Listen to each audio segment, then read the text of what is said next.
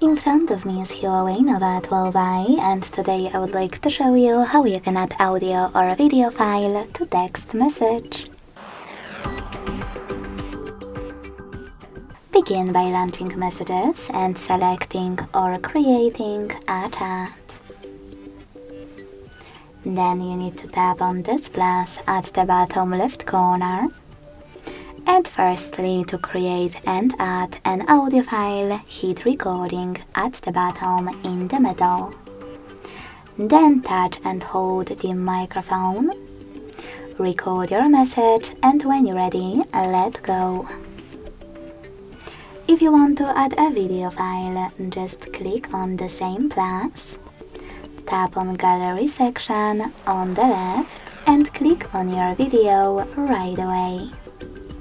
You can also select Gallery over here, click on your video and tap on Done at the top right corner of this little section located at the bottom.